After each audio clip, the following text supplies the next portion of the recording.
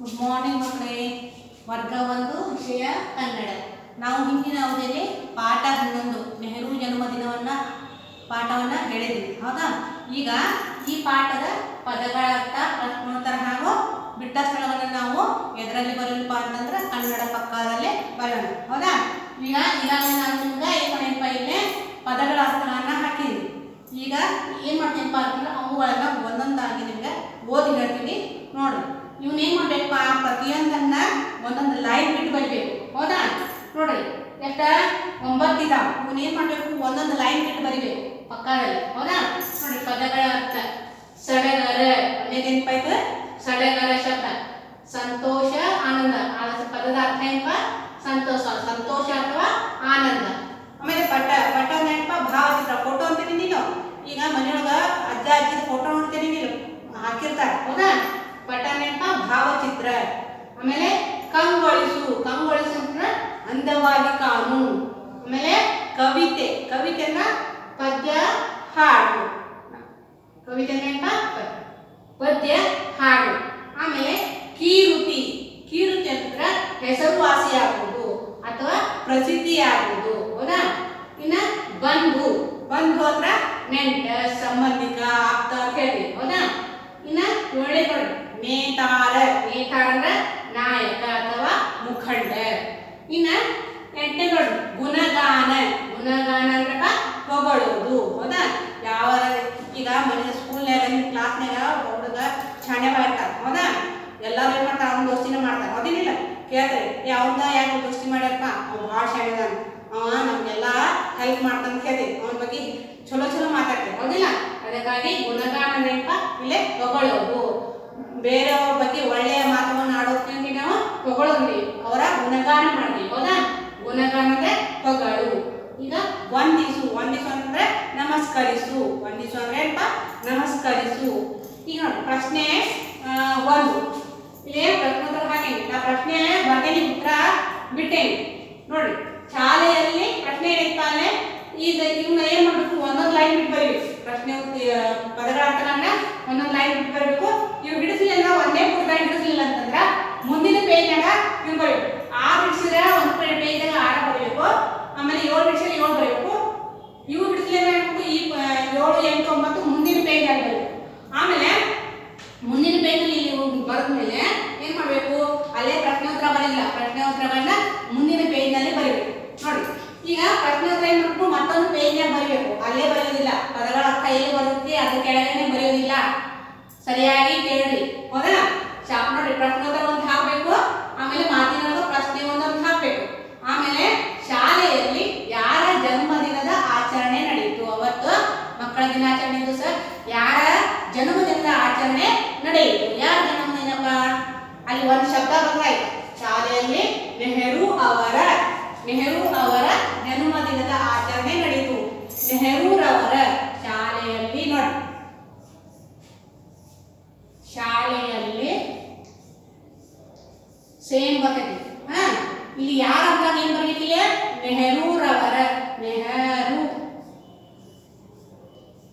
ರವರ, ನೆಹರು ರವರ ಜನ್ಮದಿನದ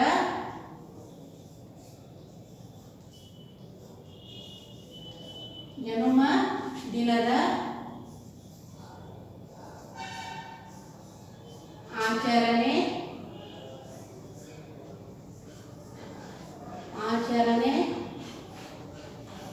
ಏನಾಯ್ತಪ್ಪ, ನಡೆಯಿತು ನೋಡಿ.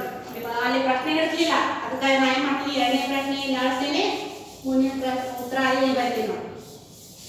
ಆಚರಣೆ ನಡೆಯಿತು, ಇಳಿರ್ಲಿಲ್ಲ, ಇಲ್ಲಿ ಬರ್ತೀನಿ ನೋಡಿ.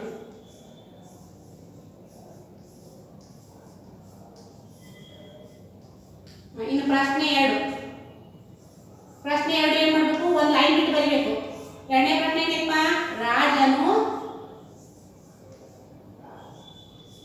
ರಾಜನು ಏನು ಮಾಡಿದನು? ಏನ್ ಮಾಡ್ತಾನ ರಾಜ? ಸ್ಕೂಲ್ನಾಗ ಶಾಲೆಯಲ್ಲಿ ಏನ್ ಮಾಡ್ತಾನ? ರಾಜನು ಏನು ಮಾಡಿದನು? ಅದು ಉತ್ತರ ಏನ್ ಬರ್ತೈತಿ, ಒಂದೇ ಶಬ್ದ ಬರಬೇಕು. ರಾಜನು ಏನು ಅಂದಾಗ ರಾಜನು ಮಾಲೆ ಮಾಡಿದನು. ಉತ್ತರ ನೋಡಿ. ರಾಜನು ಮಾಲೆ ಮಾಲೆ ಮಾಡಿದನು.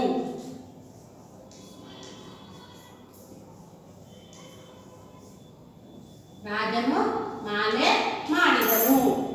ಈಗ ಪ್ರಶ್ನೆ ನೋಡಿ.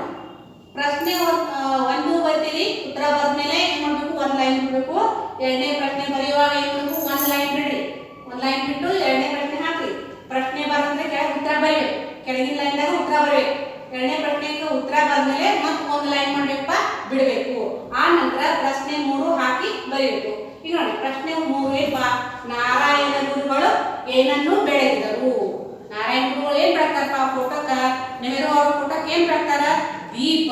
ಏನ್ ಬರೀಬೇಕು, ದೀಪ. ನಾರಾಯಣ ಗುರುಗಳು ಏನನ್ನು ಇದ್ದಲ್ಲಿ ಏನ್ ಬರಬೇಕು, ದೀಪ ಬೆಳಗಿದರು. ನೋಡಿ, ನಾರಾಯಣ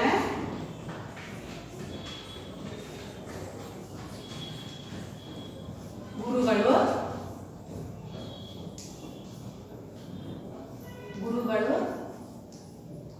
ದೀಪ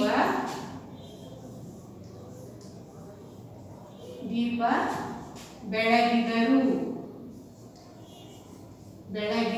ಸೇಮ ಬರ್ತದೆ ಉತ್ತರ ನೋಡಿ. ನಾರಾಯಣ ಗುರುಗಳು ದೀಪ ಬೆಳಗಿದರು. ಆನಂತರ ಈ ಪ್ರಶ್ನೆ ಉತ್ತರ ಬಂದ್ಮೇಲೆ ಮತ್ತೆ ಏನ್ ಮಾಡಬೇಕು, 4ನೇ ಪ್ರಶ್ನೆ ಬರೆಯುವಾಗ ಒಂದು ಲೈನ್ ಬಿಡಬೇಕು. ಇಲ್ಲಿ ಒಂದು ಲೈನ್ ಬಿಟ್ಟ ಕೆಳಗಿನ ಲೈನ್ ಪ್ರಶ್ನೆ 4 ಹಾಕಿ ಬರೀಬೇಕು. ನೋಡಿ, ಪೀಟರ್ ಏನು ಮಾಡಿದನು. ಪೀಟರ್ ಏನ್ ಮಾಡ್ತಾನ, ಅವ್ನಿಗೆ ಏನ್ ಕೆಲಸ ವಹಿಸ್ಕೊಟ್ಟಿರ್ತಾರಪ್ಪ, ವಂದಿಸೋದು, ಅದು ವಂದನಾರ್ಪಣೆ ಮಾಡೋದು. ಪೀಟರ್ ವಂದಿಸಿದನು.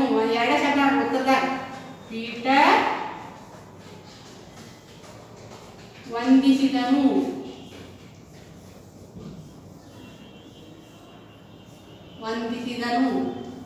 ಪೀಟರ್ ವಂದಿಸಿದನು. ನೋಡಿ, ಪ್ರಶ್ನೆ 4ನೇది ಪೀಟರ್ ಏನು ಮಾಡಿದನು, ಪೀಟರ್ ವಂದಿಸಿದನು. ಇನ್ನು ಪ್ರಶ್ನೆ 5 ನೋಡಪ್ಪ, ಏನು ಬರ್ತೈತಿ ಪ್ರಶ್ನೆ ಏನೈತಿ, ಸಿಹಿ ತಿಂಡಿ ಯಾರು ಹಂಚಿದರು. ಎಲ್ಲಾ ಕಾರ್ಯಕ್ರಮ ಮುಗಿದ ನಂತರ ಮಕ್ಕಳಿಗೆ ಏನ್ ಕೊಡ್ತಾರಲ್ಲ, ಹೌದಾ, ಸಿಹಿ ತಿಂಡಿ ಕೊಡ್ತಾರಿಲ್ಲ. ಆ ಕೆಲಸವನ್ನ ಯಾರು ವಹಿಸ್ಕೊಂಡಿರ್ತಾರಪ್ಪ ಹೇಳ್ಕೊಂಡ. ಸಿಹಿ ತಿಂಡಿ ಯಾರು ಹಂಚಿದಪ್ಪ, ಮಾನಸ ಹಂಚಿದಳು. ಮಾನಸ ಹಂಚಿದರು ಬರಂಗಿಲ್ಲ, ಆಕೆ ಹುಡುಗಿದಾಳ, ಅದಕ್ಕೆ ಏನ್ ಬರಬೇಕು, ಹಂಚಿದರು ಬರಂಗಿಲ್ಲ, ಹಂಚಿದಳು ಬರೀಬೇಕು. ಸಿಹಿ ತಿಂಡಿ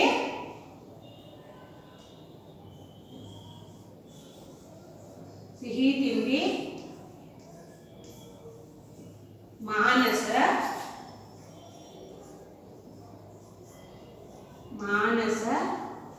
ಏನ್ ಮಾಡಿದ್ಲು, ಹಂಚಿದಳು. ಮಾನಸ ಹಂಚಿದಳು.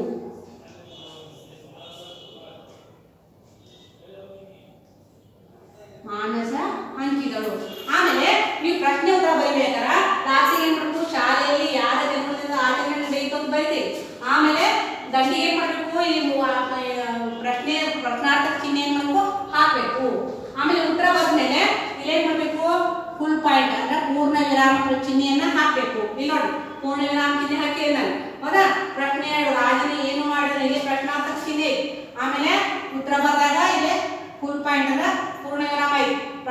ಪ್ರಶ್ನಾರ್ಥಕ ಚಿಹ್ನೆ ಪೂರ್ಣ ವಿರಾಮ, ಪ್ರಶ್ನಾರ್ಥಕ ಚಿಹ್ನೆ ಪೂರ್ಣ ವಿರಾಮ. ನೋಡಿ, ಪೂರ್ಣ ವಿರಾಮ ಕೊಟ್ಟಿವಿ, ಆ ಚಿಹ್ನೆ ಮಾಡಬೇಕು, ಪ್ರಶ್ನಾರ್ಥಕ ಚಿಹ್ನೆ ಹಾಕ್ಬೇಕು ಪ್ರಶ್ನೆ ಇದ್ದಾಗ.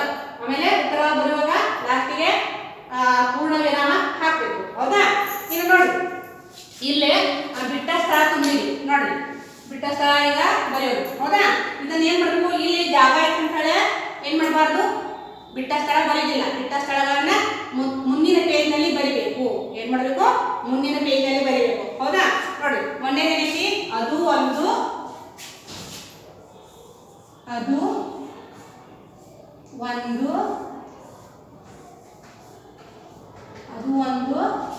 ಡ್ಯಾಶ್ ಶಾಲೆ.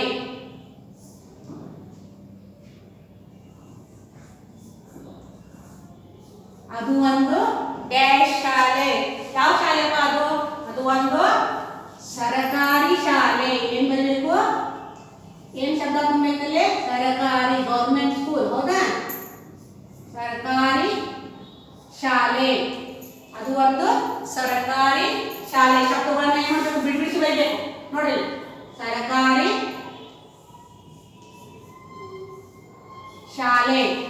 ಒಂದು ಸರ್ಕಾರಿ ಶಾಲೆ. ಇಲ್ಲಿ ಫುಲ್ ಪಾಯಿಂಟ್ ಕೊಡಬೇಕು, ಪೂರ್ಣ ವಿರಾಮ ಕೊಡಬೇಕು. ಆಮೇಲೆ ಎರಡನೇ ನೋಡಿ, ಶಾಲೆಯ ತುಂಬ ಆ ದಿನ ಡ್ಯಾಶ್ ಸಡಗರ. ಶಾಲೆಯ ತುಂಬ ಶಾಲೆಯ ತುಂಬ ಆ ದಿನ ಸಡಗರವೋ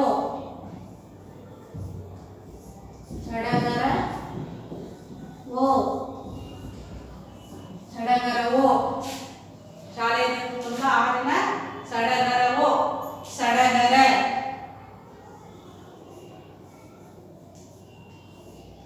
ಶಾಲೆಯ ತುಂಬ ಆ ದಿನ ಸಡಗರವೋ ಸಡಗರ. ಹೌದಾ? ಆಮೇಲೆ ಮೂರನೇ ದೊಡ್ಡ ಅದು ಒಂದೊಂದು ಇನ್ನೂ ಏನ್ ಮಾಡಬೇಕು, ಒಂದೊಂದು ಲೈನ್ ಬಿಟ್ಟು ಬರೀಬೇಕು. ನೆಹರು ಅವರು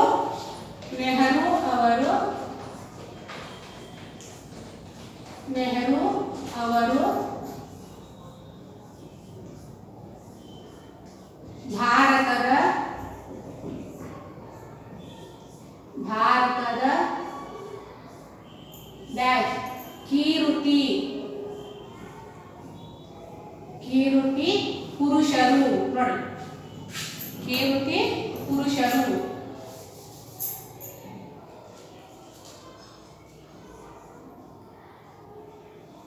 ಕೀರುತಿ ಪುರುಷರು.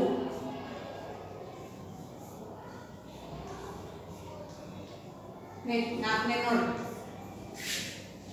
ಪುಟಾಣಿಗಳ ಮಮತೆಯ ಡ್ಯಾಶ್. ಅವ್ರಿಗೇನಂತ ಕರಿತಿದ್ರು ಸಣ್ಣ ಮಕ್ಕಳು? ಹೇಳಿ ನೋಡೋಣ. ನೀವು ನಿಮ್ಮ ಮನೆಯೊಳಗ ದೊಡ್ಡಪ್ಪ ಚಿಕ್ಕಪ್ಪ ಇರ್ತಾರೆ, ಅವ್ರಿಗೇನಂತ ಕರೀತೀವಿ? ಪ್ರೀತಿಯಿಂದ ಕಾಕಾ ಅಂತ ಕರಿತೀವಿ. ಅದೇನಿಲ್ಲ, ಇಲ್ಲೇ ಮಕ್ಳು ಏನಂತ ಕರಿತಿರ್ತಾರಪ್ಪ? ನೆಹರು ಅವ್ರಿಗೆ ಚಾಚಾ ಅಂತ ಕರಿತಿರ್ತಾರೆ. ಏನಂತ ಕರಿತಿರ್ತಾರ? ಚಾಚಾ. ನೋಡಿ, ಪುಟಾಣಿಗಳ ಮಮತೆಯ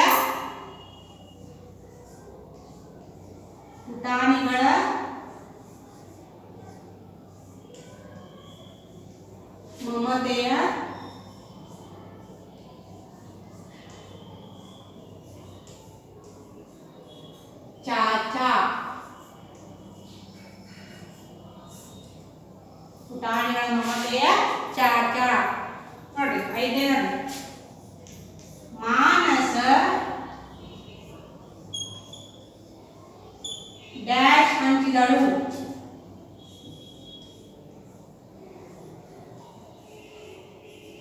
ಡ್ಯಾಶ್ ಹಂಚಿದಳು. ಏನು ಹಂಚ್ತಾಳಪ್ಪ ಮಕ್ಕಳಿಗೆಲ್ಲರಿಗೂ? ಲಾಸ್ಟಿಗೆ ಹಾಕಿ ಸಿಹಿ ತಿಂಡಿ. ಏನಂತ ಬರೀಬೇಕಿಲ್ಲ? ಸಿಹಿ ತಿಂಡಿ ಹಂಚಿದಳು. ನೋಡಿ, ಎಲ್ಲ ಮುಗಿದೀಗ. ಹೌದಾ? ಬಿಟ್ಟ ಸ್ಥಳ ಇರ್ತಾವ 5 ಇದಾವ, ಪ್ರಶ್ನೋತ್ತರನು 5 ಇದಾವ. ಆಮೇಲೆ ಪದಗಳ ಅರ್ಥ ಇರ್ತದಪ್ಪ 9. ಇವುಗಳನ್ನೆಲ್ಲ ಏನ್ ಮಾಡ್ಬೇಕು? ನೀವು ಒಂದೊಂದು ಲೈನ್ ಬಿಟ್ಟು ಬರೀಬೇಕು. ಪ್ರತಿಯೊಂದನ್ನ ಏನ್ ಮಾಡ್ಬೇಕು? ಒಂದೊಂದು ಲೈನ್ ಬಿಟ್ಟು ಬರೀಬೇಕು. ಪ್ರಶ್ನೋತ್ತರ ಬಂದ್ಮೇಲೆ, ಪ್ರಶ್ನೆ ಉತ್ತರ ಬಂದ್ಮೇಲೆ ಒಂದೊಂದು ಲೈನ್ ಬಿಟ್ಟು ಬರೀಬೇಕು. ಪ್ರತಿಯೊಂದಕ್ಕೂ ಒಂದೊಂದು ಲೈನ್ ಬಿಟ್ಟ ನೀಟಾಗಿ ಚಂದಗೆ ಕನ್ನಡ ಪಕ್ಕದಲ್ಲಿ ಏನ್ ಮಾಡ್ಬೇಕು? ಇವನ್ನ ಬರೀಬೇಕು.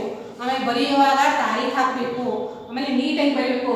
ಪ್ರಶ್ನಾರ್ಥಕ ಚಿಹ್ನೆ, ಆಮೇಲೆ ಪೂರ್ಣ ವಿರಾಮ ಏನ್ ಮಾಡಬೇಕು? ಇವನು ಸಹ ಸರಿಯಾಗಿ ಬರೀಬೇಕು. ಆಯ್ತಾ? ಈ ಅವಧಿಯನ್ನು ನಾನು ಇಲ್ಲಿಗೆ ಮುಗಿಸ್ತೇನೆ. ಧನ್ಯವಾದ.